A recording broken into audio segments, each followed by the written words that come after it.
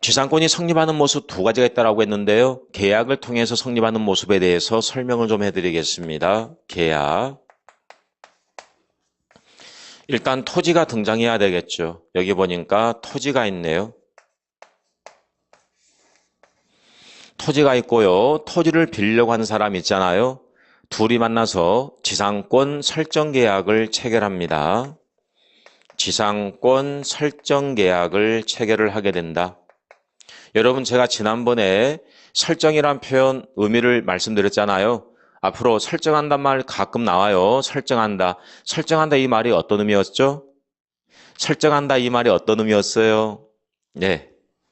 여러분들이 지금 컴퓨터 앞에서 제 강의를 보고 있잖아요. 제가 질문하면 여러분께서 한번 이렇게 대답을 해보세요. 아시겠죠? 네. 설마 뭐 이불을 이렇게 뒤집어 쓰고 강의 듣는 건 아시겠죠? 네. 책상에 딱 앉으셔가지고 집중하셔서 강의 들으셔야 돼요. 아시겠죠? 네. 자, 그러면 설정이란 이 표현이 종종 나올 건데요. 설정했다 이 말은 뭔가 건네줬다 이런 의미를 내포하고 있어요. 무슨 말이냐면 갑이 을에게 지상권을 설정해줬다. 그렇다면 이 갑이 이 토지의 소유권자였잖아요. 소유권자. 소유권자는 자기 소유 물건을 사용하고 수익하고 처분할 수가 있잖아요. 여기서 지상권을 설정해줬다. 지상권이라는 것은 용익물권이잖아요. 사용하고 수익할 수 있는 권리란 말이에요. 따라서 이 갑이 을에게 뭘 건네준 거예요? 사용하고 수익할 수 있는 힘을 건네준 겁니다. 이게 바로 설정입니다. 자, 둘이 만나서 지상권 설정 계약을 체결하네요. 플러스 반드시 등기가 돼야 되는 겁니다. 여러분, 왜 반드시 등기가 돼야 될까요? 계약을 통해서 이 을이 지상권을 취득하려면 반드시 등기를 해야 되거든요. 왜 반드시 등기를 해야 될까요? 혹시 기억나세요? 반드시 등기를 해야 됩니다. 반드시 등기를 해야 되는데 그 근거가 있죠? 항상 우리는 법적 근거를 생각을 해야 되는데요. 자, 우리가 이걸 공부했습니다. 앞으로 여러분이 계속 알고 가야 될 부분이에요. 민법 186조하고요. 민법 187조를 공부했습니다. 그렇죠? 그래서 186조에는 뭐가 규정이 되어 있냐면 법률 행위가 규정이 되어 있었죠. 즉 계약을 통해서 물건이 변동이 되려면 등기가 돼야 된다라고 했잖아요.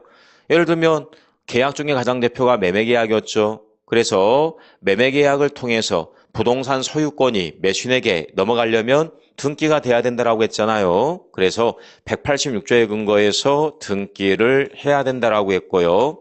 그 다음 법률행위 뺀 나머지 전부를 법률의 규정이라고 했죠. 법률의 규정. 법률의 규정인 경우에는 등기 요하지 않는다라고 했죠. 그래서 제가 여러분에게 이 법률의 규정 문제는 두 가지만 일단 기억하시면 된다라고 했어요. 첫 번째, 경매를 통해서. 두 번째, 상속을 통해서 물건이 변동이 될 때는 등기화하지 않는다라고 했습니다. 그래서 일단 여러분들 이 법조문은 여러분들이 기본적으로 알고 가셔야 됩니다. 자, 여기 다시 한번 돌아와 보세요. 그렇다면 여기 분석을 한번 해보세요. 자, 여기서 여러분들이 세 가지를 찾아내야 됩니다. 첫 번째 보니까 계약을 찾아내야 되겠죠? 계약은 법률 행위잖아요. 두 번째 뭐가 보이냐면 토지가 보이죠? 토지는 부동산이네요. 그 다음에 지상권은 물권이잖아요. 결론적으로 법률 행위로 인한 부동산의 물권이 변동이 되려면 뭘 해야 된다? 등기를 해야 된다라고 186조에 규정이 되어 있잖아요. 그래서 이 을이 지상권을 취득하려면 반드시 등기가 돼야 된다는 거죠. 그래서 이 을은 이제 지상권을 취득하게 되는 지상권자가 되겠죠. 이 사람은 지상권 설정자가 되는 거고요.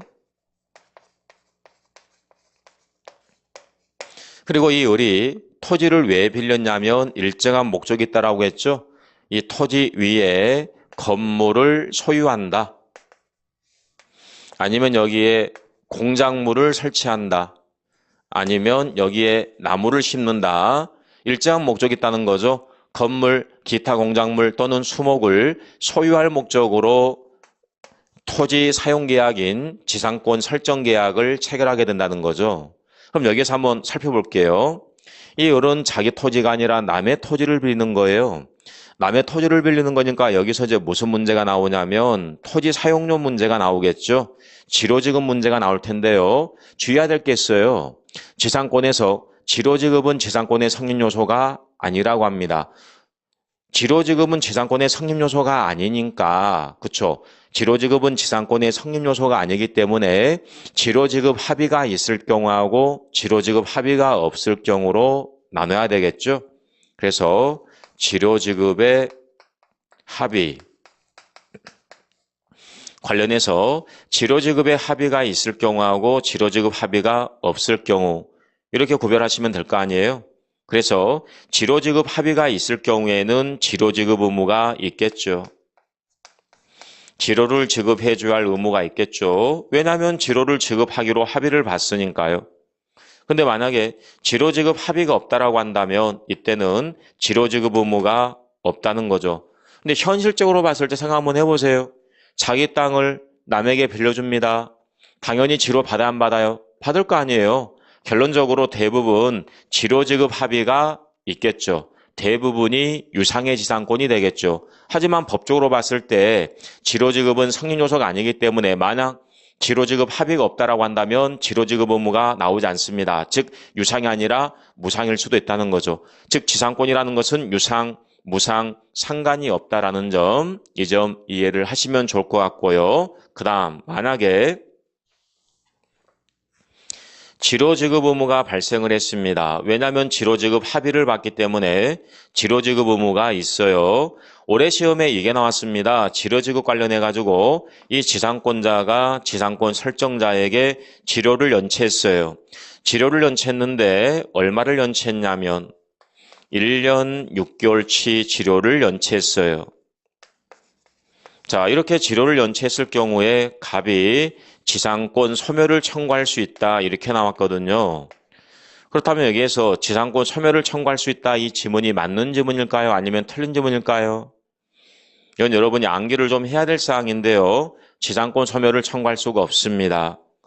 지상권자가 지료를 연체하게 되면 일정한 요건 하에서 지상권 소멸을 청구할 수가 있는데요. 1년 6개월 연체 가지고는 지상권 소멸을 청구할 수는 없고요. 우리 법에 뭐라고 나와 있냐면 2년이라고 나와 있어요. 그래서 지상권자가 2년분 이상의 지료를 연체했다라고 한다면 지상권자 보호할 만한 가치가 있습니까? 없습니까? 지상권자 보호할 만한 가치가 없잖아요. 지상권자 보호할 만한 가치가 없기 때문에 지상권 설정자는 이 계약 관계를 끝낼 수가 있죠. 즉 지상권 소멸을 청구할 수가 있다는 거죠. 그래서 여기는 2년이 된다라는 사실을 기억하시면 좋을 것 같네요.